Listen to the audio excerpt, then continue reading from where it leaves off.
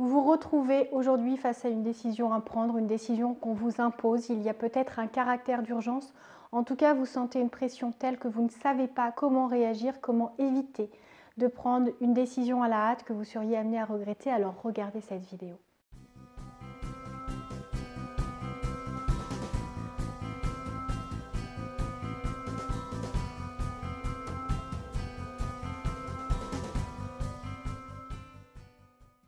Bonjour à tous, je m'appelle Valérie Sauvage, je suis coach de vie, j'accompagne également sur tout ce qui a trait aux professionnels, au changement de carrière, peut-être à la construction même de votre structure si ça fait partie de vos rêves.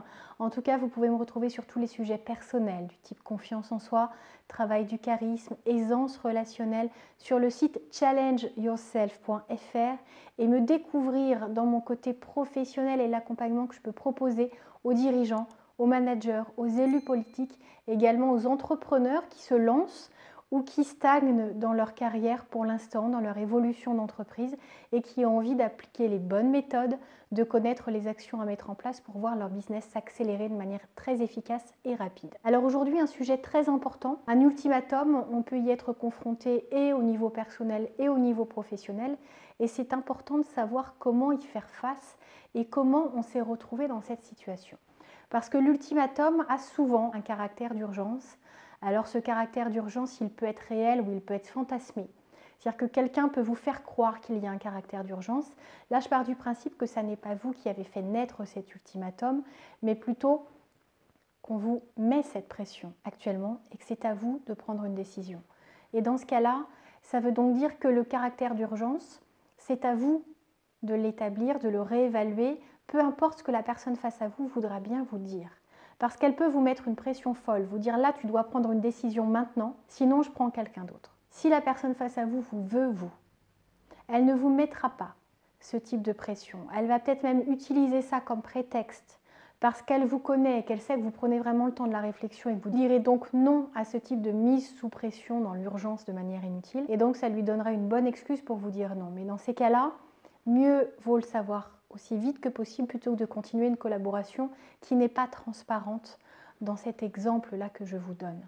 En tout cas, s'il n'y a pas urgence, nul besoin de se précipiter sur quelque chose. Notamment si vos émotions sont exacerbées, si vous êtes un peu noyé, si vous êtes vraiment en colère, si vous êtes très triste, même si c'est une émotion positive, que vous êtes follement joyeux et qu'on vous demande là tout de suite de faire un choix. Est-ce que tu déménages ou est-ce que tu restes dans ta ville actuelle? Et des fois, l'euphorie peut vous faire prendre une décision que vous allez regretter derrière. Donc, quelle que soit l'émotion, positive ou négative, prenez toujours le temps de la réflexion pour être sûr de faire le meilleur choix.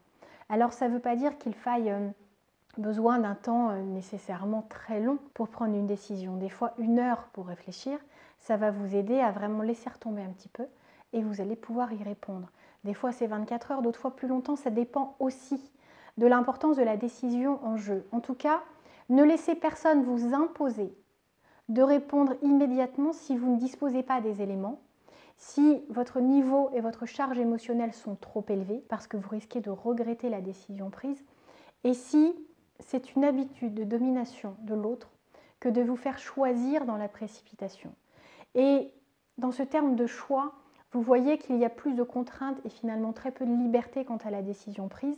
Et c'est toujours important dans ces cas-là de réévaluer la relation qui est en jeu. Qui est cette personne qui est en train de vous imposer cet ultimatum? Est-ce que ça n'est pas une habitude de la part de la personne que de fonctionner comme ça? En gros, tu changes ou je pars.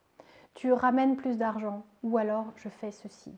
Tu rentres tous les soirs à telle heure ou alors. En fait, c'est une manière de vous faire faire ce qu'elle a envie que vous fassiez. Mais demandez-vous vraiment si vous avez envie de faire ça. Si cet ultimatum n'est pas exagéré, c'est-à-dire si on n'est pas en train d'étiqueter votre comportement, comme si c'était une généralité alors qu'il y a certes peut-être des reproches à vous faire, mais qu'il y a aussi beaucoup d'efforts que vous êtes déjà en train de fournir. Alors essayez de réévaluer la situation, de voir quel est le point de vue de l'autre, quel est votre point de vue et de prendre une décision qui va permettre à chacun d'avancer dans cette relation. Le but n'est pas de rompre la relation, de dire non, je ne veux pas discuter, mais plutôt d'être très rationnel et de laisser la charge émotionnelle retomber des deux côtés parce que parfois l'ultimatum naît parce qu'une personne ne sait pas gérer ses émotions est dans un état, par exemple, de colère ou de déstabilisation telle qu'elle a envie que vous choisissiez maintenant que la situation prenne fin. Et vous pouvez la rassurer. Vous pouvez lui dire, t'inquiète pas, on va trouver une solution. Simplement, prendre une décision à la hâte, ce n'est pas forcément la meilleure des choses qu'on puisse faire. Toi, comme moi, on a besoin d'y réfléchir, on a besoin de pouvoir échanger sur certains sujets, on a besoin de trouver un accord, quelque chose qui va nous permettre de trouver une solution. On sera sereins tous les deux, mais on va faire les choses comme il faut. Ne vous laissez pas emmener sur un chemin sur lequel vous n'avez pas envie d'aller. Ne dites pas non plus oui ou non, histoire de vous débarrasser de la situation, si ça engendre un véritable changement qui peut avoir des conséquences importantes. Vous avez peut-être vécu des situations où dans votre couple, il y avait vraiment une conversation qui virait à quelque chose de dangereux. C'est-à-dire que l'un, l'autre, peut-être vous, peut-être l'autre, en venait à dire, bon écoute, si c'est ça, on n'a qu'à se séparer, est-ce que c'est ce que tu veux? Il faut que tu me dises maintenant. Ça revient à un ultimatum. Il faut que tu me le dises maintenant, c'est une décision. C'est-à-dire que vous avez un choix à faire. Est-ce qu'on arrête? Est-ce qu'on continue? Et quand on est en proie à des émotions qui changent notre manière de regarder la situation, alors on risque de dire ou de faire quelque chose qui va plus répondre à notre besoin de laisser notre ego prendre le pas sur l'amour qu'on porte à l'autre, et ça peut vraiment faire des dégâts. Il peut y avoir des divorces, ça peut vous sembler dingue, mais suite à une discussion de trop, à un ultimatum, à quelque chose qui a fait qu'après les gens ne se voyaient plus faire marche arrière. Et c'est pareil au niveau professionnel. Vous pouvez très bien être fortement agacé et puis aller voir votre patron ou votre responsable et lui dire c'est où j'ai l'augmentation que tu m'as promis et que tu ne m'as toujours pas accordée, ou je prends la porte. Et c'est délicat une fois qu'on a dit ça, de dire bon bah finalement ok tu ne me l'accordes pas mais je reste. Parce qu'en termes d'estime de soi, en termes d'aplomb, d'assurance, d'affirmation de soi, ça engendre quand même beaucoup de choses intérieurement. Or, il y a des personnes qui vont vous dire mais attends, moi je ne fonctionne pas à ce type de pression. Donc je pourrais peut-être te donner une promotion, mais si tu me mets la pression, je te dis non direct et je te dis que tu peux prendre la porte. Et vous savez bien que dans ces cas-là, la fin risque de ne pas être celle que vous espériez. Donc ne vous embarquez pas dans une situation délicate, tout simplement parce que votre ego est en train de vous dire vas-y, affirme-toi, fais-toi entendre, pose le cadre. C'est important de se faire respecter, mais c'est important que vos émotions ne prennent pas le pas sur quelque chose auquel vous tenez, que ce soit à titre personnel, professionnel, amical. Ça peut être avec des gens que vous connaissez très bien, ça peut être avec de purs inconnus. Faites attention à ces décisions prises dans l'urgence là où il n'y a pas ce caractère d'urgence, à cet ego qui peut prendre le pas sur votre rationalité et à ce cadre qu'il vous faut choisir.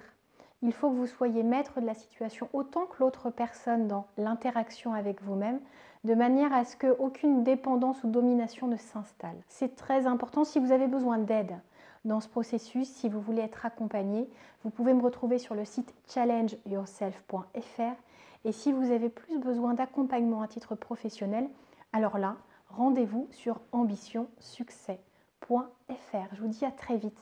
Abonnez-vous à cette chaîne, j'œuvre au quotidien pour vous apporter des conseils très pratiques que vous pourrez utiliser, vous voyez, dans différentes sphères de votre vie. J'espère que vous aurez aimé cette vidéo. Si c'est le cas, s'il vous plaît, montrez-le moi. Je ne peux pas le savoir si vous repartez aussi vite que vous êtes arrivé, alors qu'un petit pouce, le petit pouce qui va vers le haut me fait vraiment plaisir et voit que ça vous a aidé. À très bientôt, belle journée.